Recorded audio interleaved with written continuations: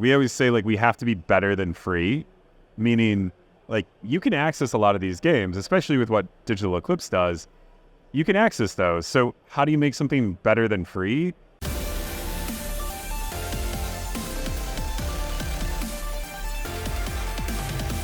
All right, so I'm here with Wade, the CEO from Atari. First of all, I just want to say I know you've been doing a lot of interviews, also on like different podcasts and all that kind of stuff.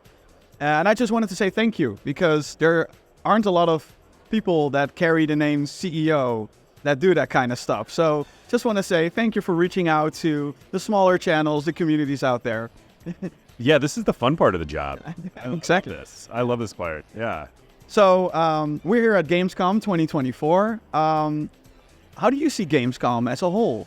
Because it's a big event. It's in Europe. It's like the centerpiece. What's your experience with it thus far? This is the truth. This is my favorite gaming event of the year. It's my favorite because it's so concentrated. It's just all in one place, and there's no pretension. It's just people who love games, and it's so the business side is so close to the consumer side. It's an amazing mix of like people who are here to do deals, but also people who are here dressed up as their favorite video game characters and doing cosplay. And like, I love the energy. I love it all. I love coming to Germany. So for me, this is one of my favorite weeks of the year, flat out. And I say that that is not a pandering statement. My team knows how much I love Gamescom. It's the best. You are very welcome here in Europe. I mean, I'm not from the organization or whatever, but still, you're very welcome. From the continent. Yeah, exactly. Something. That counts. So, Atari has had a lot of interesting. I mean, you've announced a new retro console, the 7800 Plus. Can you tell us a little bit more about it? Is the retro console market still thriving? That you're like, let's do another one. Definitely. I mean, the retro console market and that space in general is kind of like the vinyl to streaming. It's never going to be this massive market. It's never going to be, this huge scaling thing, but it is real. And there's people who are really passionate about it, as are we. So we just feel like it's something we can do great and be one of the best in the world at. And so, yeah, it's probably something we'll never really get out of. That we think, the acquisition of Intellivision fits into that quite nicely as well. And the 7800 Plus it's an iteration on the 2600 Plus, but with a lot of new features, and we're releasing a ton of new games too. And some games that have been ported to the 7800 for the first time, like Bounty Bob Strikes Back and Frenzy, that there was a homebrew port of Frenzy in the past, but that haven't ever seen release. So yeah, it's a big part of our business, and one will continue in the future. So how do you balance the games that you are making like sequels for? We're talking about games that are nearing their 50. Yeah, I mean, Atari is 50. Some of these games are almost 50 years old. How do you make a sequel to that? Like, what kind of approach or which pitches do you accept and which do you decline? I mean, honestly, we're still figuring it out because it's never really been done. In a weird way, it sounds strange to say that we're trying to pioneer part of that, but we are trying to do new things in retro, what we call modern retro gaming, and really understand, hey, what works, what doesn't, what can the market support. Atari 50, the game, was a success for us. We've announced new DLC for that, and that's something that was an experiment that critically and commercially worked out really well. And then we have, a big game coming out this year with Yars Rising, which is not a straight sequel, but it does borrow a lot from the Yars universe. It does borrow a lot from the Yars gameplay, but it's being worked on by Way Forward. And so that's a very different approach to retro. So we're trying a lot of different things with that. And I don't know if we've mastered the right way to do it, but I think the key is like whatever that core loop was that brought people in, maintaining that so that you keep the original fan base, and then finding ways to expand it into a younger demographic. That's ultimately the goal in any of those projects. Because essentially you've inherited the name Atari, actually, kind of. So there must be like a big burden on your shoulders to kind of be like, you know, Atari were the innovators, they were the pioneers of console gaming, and now you're here, you know, with a new retro console and these new titles. Yeah, and people's childhoods at stake as well. So there's, when you mess up, you hear about it. It's not like, oh, good try. It's like, this was my favorite game and you ruined my childhood. And I'm like, oh, wow, all right. That's a lot of pressure. That said, though, really the community has been super supportive, and it's been, the fan base is really dedicated. And we try to build, the first thing is to support and build that dedicated active fan base that we have, and then begin to expand out from there. Because if you lose that, then you can't, if you don't have the base on which to build the rest of your fans and the people who are going to continue to buy games from you and continue to support you, then you're building it on sand. So that's what we always try to go back to, and then figure out how to expand that market and grow what it means to be Atari. Speaking of childhood, I mean, you're showing off on at Gamescom here, Mighty Morphin Power Rangers, Rita's Rewind. I'm actually like pointing at the room to which the game is being played right now. I haven't just a player yet. Oh, really? Oh, no, that demo is brand new. It like landed yesterday. I've been like, hey, every time I sit down to play it, they're like, oh, sorry, interview, can't. You should join my session at 6 o'clock. Yeah. Oh my gosh. No, hopefully they'll let me in before that. I'm like, I keep trying to squeeze in like 20 minutes, but we're really excited about that game. And made by Digital Eclipse, the same team that did Atari 50. I think one of the best retro game companies in the world right now. And it's fun because it's not just a side-scrolling brawler, but adds in Mode 7 and really takes all of these games that Digital Eclipse loved as a kid and mashes them up into something beyond the standard go right and punch kind of brawler mechanic, and it's great. Yeah, I'm really looking forward to it, because it was like a dream coming true as a Power Rangers fan. You know, grew up with Power Rangers, and you're like, oh, these guys get it. You know, I played those Super Nintendo games back in the day, maybe emulated, maybe not. I won't comment on that any further, but bought them later when I actually had them. You know the drill. There you go. No, yeah, totally.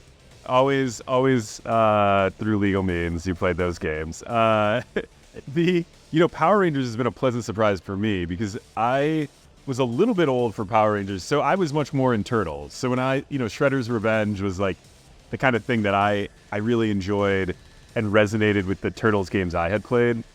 So when we were working on this, I really trusted the team that there would be an audience for it. I knew there was, but I just didn't know how big the audience would be. And it has far exceeded our expectations in terms of interest level and just whenever we announce something on it, it shoots up and, trends on Twitter, and the trailers get tons of views, and we're really excited. I think the quality of the game shines through, and the strength of the IP shines through. So yeah, I've been speaking with one of the developers and kind of try to get some information out of him. Didn't work. So you can give him a compliment. I was like, there's a green card in the trailer, so where's the Green Ranger? Probably more disciplined than I am. I'm probably the one. So is the Green Ranger in the game? Oh my! I haven't played it yet. I don't know. I gotta figure it out for myself. Yes. Nice try, Jim. Yeah, I know. One of the, you've acquired Digital Eclipse. You've been acquiring a lot, actually. You mentioned in television, which is kind of like, Nintendo buying Sonic. I know. We can only all dream. Or Nintendo buying Sega, rather, technically, I know. It feels like that should happen. As a side note, I think that would make a lot of sense. But, yeah, we have been doing a lot of acquiring, but we're strategic about it. We're careful, and it's rare that we acquire operating companies. Digital Eclipse, Nightdive, really being the exceptions. Atari Age and Moby Games had some small operations as well, but typically we acquire IP because they're things that we think we can do, and we have a team that's already doing a lot with Atari, and television felt like a very natural fit. Hey, the same team that's working on licensing or games or hardware for Atari, we can plug in television into that and continue that process. So those acquisitions are easy because it unlocks, it's useful for the team, it provides them with something to work with. without having to increase the complexity of the organization. We're much more careful, though, when it comes to acquiring operations, because everything requires integration, everything requires coordination, and even if it seems easy, you're basically giving up something to do it, not just from a capital investment standpoint, but time, energy, focus, and we're really methodical, which speaks volumes to how great we feel the Nightdive and Digital Eclipse are. I just think, respectively, those two are the best in the world at what they do. Well, especially, I mean, I love Digital Eclipse, but Nightdive as well. They are the masters of remastering. I know. I mean, who remasters FPSs better than no one? No one. And it must be exciting because they of course recently released the new Doom and Doom 2 ports, getting to work together with Bethesda and also Microsoft and then also Machine Games and id Software on like new content. Like that must be crazy to be involved with that. I know, and I mean, and we have a long-standing relationship with Bethesda, Quake 1 and Quake 2. Doom 64, of course. Doom 64, yeah. I think Quake 2 is one of the best reviewed games of last year. It was amazing. It was absolutely like, putting in the Nintendo 64 levels, I was like, you guys are fucking insane. Like, this is awesome. And the E3 demos, like... there's really nobody who does what they do. And it comes out in everything that they do. For us, like Star Wars Dark Forces and Turok 3, those have been big passion projects. And we've got a lot of... The Thing is the other big game that we have coming from Nightdive this year. But there's going to be years of... What I can say, and I think what everyone's worry was with Atari acquiring them, was we were going to make them work on Atari-only content. That's definitely not the case. Like, both Digital Eclipse and Nightdive are not locked into Atari content. It's there if they want to use it, but it really, creatively, and they get to drive a lot of the games and the projects that they take on. And so I don't think fans should expect any changes. The major thing we did was just take the headaches off. I mean, what I've come to realize, no creative director and no creative team really wants to mess around with HR and IT and payroll and finance. And that's the kind of stuff that we offload so they can focus on making the best game possible. Speaking of which, I do think a lot of people would be hyped for a, Nightdive Remastered Rollercoaster Tycoon. I mean, that would be not really in their ballpark, but it would be amazing. I would be hyped for a...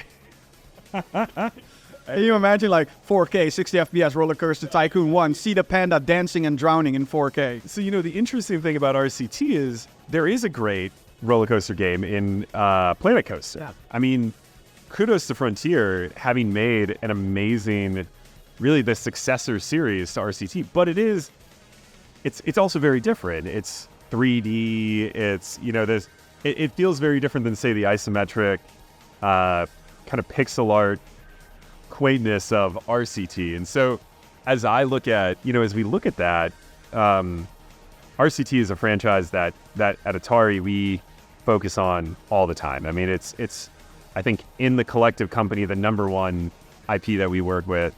It's it's really an important piece of our history, but it's also, in the past, we've made a mistake in trying to compete against Planet Coaster. We don't want to do that again. Yeah. We don't want to not another Rollercoaster Tycoon world. No, I don't think the world they've got a great game like that. They don't want that. But is there space for great RCT games? Absolutely. And new ones? I think so. So there's a future for Rollercoaster Tycoon yet. There's constantly Rollercoaster Tycoon games coming out, and we're always putting out new content for RCT Touch. I think if somebody were in my position, it would be a mistake to not focus on your strongest IP, right? In any company, right? It makes sense to focus on your strongest IP. So going back to Nightdive, not only did they do brilliant remasters, but they also remade System Shock, which was their most ambitious endeavor yet, and they succeeded. Do you see the studio moving in more of the remake direction, or would it be kind of what they're doing now? Of course, I don't know how these projects come to be. I of course hope that they're gonna do. I know a lot of you think the game is bad, but Turok Evolution, I would love to have that remastered, or Jedi Knight, of course, would be one that's a lot, requested a lot probably. But do you see them like more leaning into the remake or the remaster side of things? So the nice thing is there's different teams at Nightdive that work on those too. So we usually when we're pursuing those, we don't rob from Peter to pay Paul. So short answer, both. I think the remaster, the challenge, I mean, System Shock was in development for 8 years. That game took a long time to make. So I just think the way those are approached will be radically different. Remasters, I think people can expect 3 to 4 to maybe even 5 remasters from Nightdive every year, depending, 3 to 4. Let's say 3 to 4 every year. I don't overcommit us. But, if we choose to do remakes going forward, it's going to be paced out, and that there'll be multi-year breaks in between those projects because they're much larger in scope, just really different projects. But I think they're both important for the team. And is it a challenge to get the licenses for all these IPs? Because now you're working with Power Rangers, and you're working with Star Wars and Dark Forces, and System Shock had to come from somewhere, I would guess. Well, we actually own System Shock. Oh, awesome! That one is owned by Nightdive. Kudos to Stephen Kick for getting that one. Yeah. But yes, short answer, deeply, it is absolutely a challenge, and it's something that we spend a lot of time doing and a lot of focus. And it's not just getting the IP, but there's a reason why Nightdive's done 3 Turok games, because the first Turok game was successful. So you build long-term relationships, and it's rare that companies say, oh, hey, here's everything. What do you want to do? It usually takes a long time to build a relationship, and you usually get a shot at one thing, and then you just make sure that you do a really good job with that one thing. And if you do, then, okay, well, how about another thing?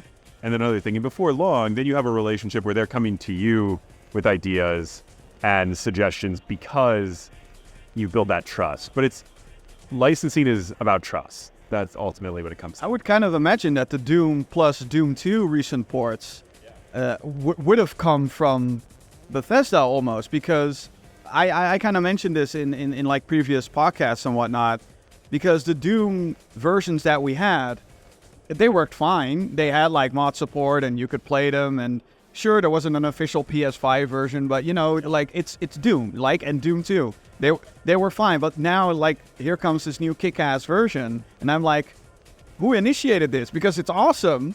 It wasn't really like necessary. You might think that like from a, if you're looking at the financial side of things, like why would we invest in a game that already works? You could, and why would we have like id Software Machine Games be involved with a new episode for this 30-year-old game?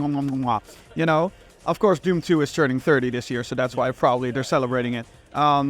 So was that something that was approached from their side, or did Nightdive really want to take a shot at the original 2 Doom games, because they did Doom 64? Right. Well, I think without going into too much of that specific business development situation, I don't think a team would get a chance to work on Doom 1 and 2 if it hadn't proved itself with previous. Those are games with such prolific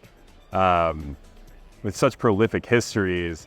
You usually start with a less prolific one. So there's a reason why Doom 64 came out from Nightdive before Doom 1 and 2, but it does, you can see from the history that Bethesda and Nightdive have together that's a great example where there's a lot of trust, and each project, there's a lot of successful projects that then add up to a long-term relationship. So I think, I don't want to speak to any decision making on Bethesda's side, but I think to their credit, they do a lot of things for their fans, and they are very aware that these classic games, Quake 1, Quake 2, the Doom series, I'm sure people have other series in mind as well, like that people want those and people want to access those, and by just leaving them or forgetting about them, even if it doesn't have a material impact for them financially, I don't want to speak to whether it does or doesn't, that there's a intangible benefit to making sure that those are in fans' hands. And they're a great company when it comes to that stuff. I think it's awesome that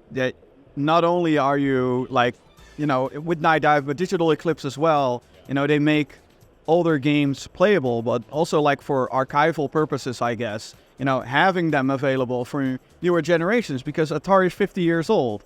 I'm struggling to kind of be like, you don't know what it's like, when we had Quake or when we had Doom, we used to play without a mouse, and I couldn't play without a mouse right now. Party is. No, exactly.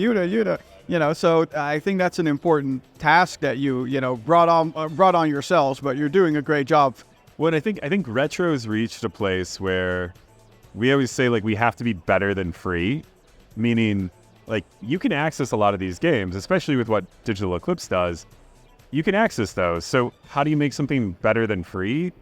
You add to it. You expand it. You make it easier to get to. You make it simpler, and then you make it better. It's not just a bunch of games in a box. It's actually a narrative story. You're like learning about these things. You're diving into it. You're experiencing an interactive documentary, the first of its kind when it came to Atari 50. They did a really revolutionary thing with that, and then new versions of the games, remasters of the games, things like that. I think that's really critical with any of those titles, is to do something to do more than just take the old game and make it playable again. Sometimes that's appropriate if it's not, not all IP can be remastered or remade.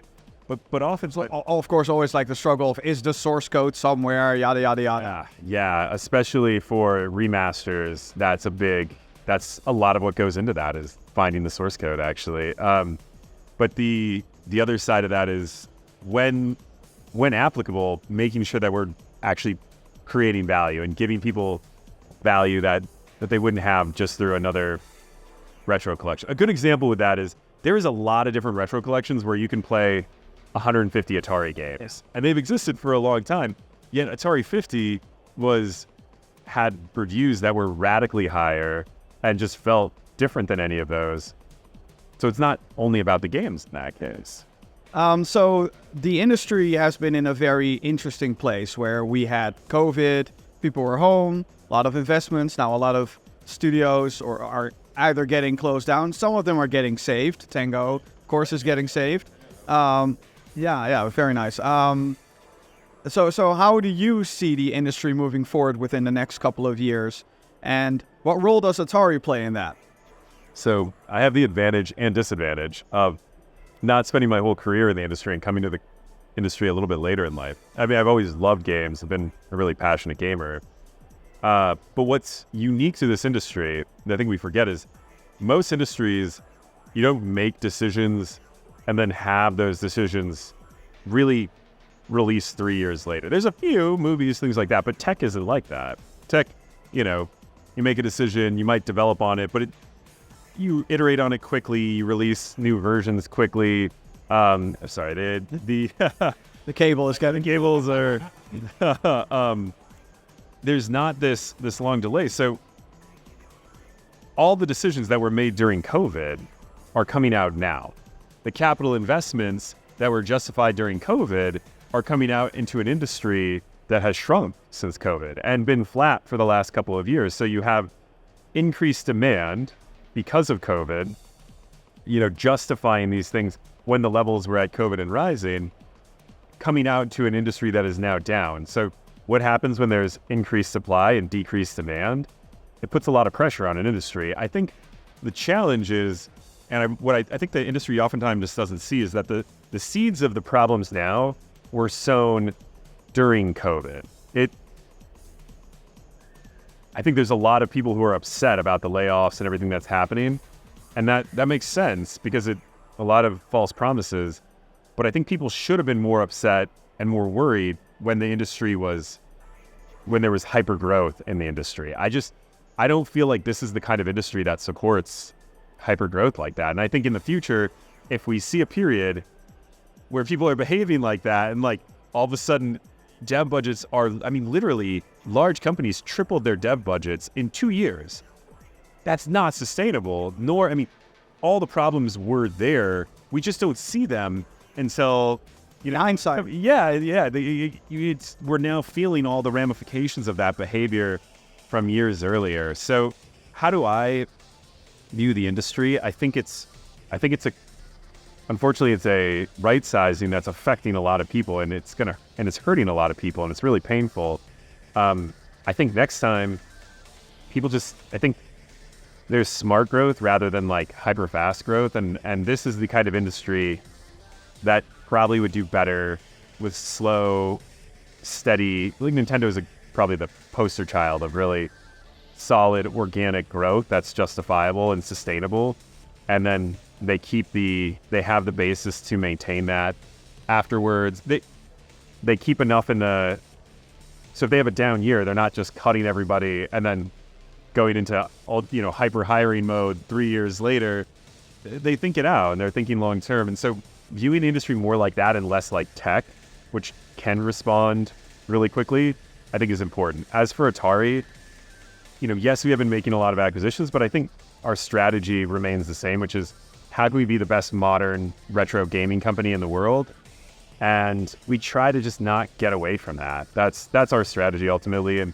And like most companies, we're trying to like find a way to survive in these years so that we can flourish when the industry has adjusted in a couple. And I think we've set ourselves up for that. So I feel really good about it. And what's the most exciting thing, or the thing you're most excited for in this upcoming year? Oh, I can't say actually, because that's that would ruin some of the surprises we have coming. What? I know.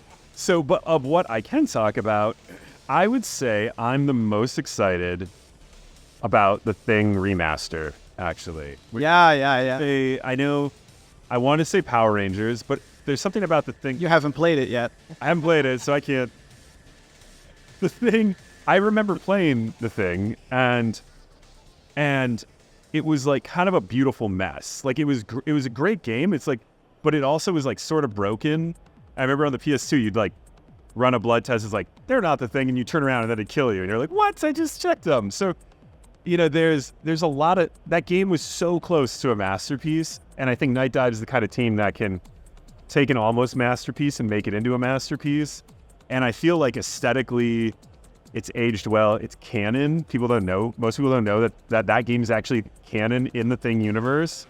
So it is officially like what has happened after the Thing, and that makes it really cool. So it's like the after the 80s version, right? Yeah, after that one, yes. So because I think the others are prequels that came later, and were not nearly as good, unfortunately. But that's a whole discussion we won't dive into. But yeah, I'm really excited about the Thing. That's probably the one I'm most looking forward to playing that I can talk about. Awesome. Thank you very much. And when we talk next year at Gamescom, I'm sure I'll have a couple more that we can speak about that. Yeah. I mean, you were already promised 3 or 4 like Nightdive games, so only those we can already talk about. So awesome. Thank you very much. Thanks, Jim. It's great to talk to you. Hopefully the first of many. Yeah. Awesome.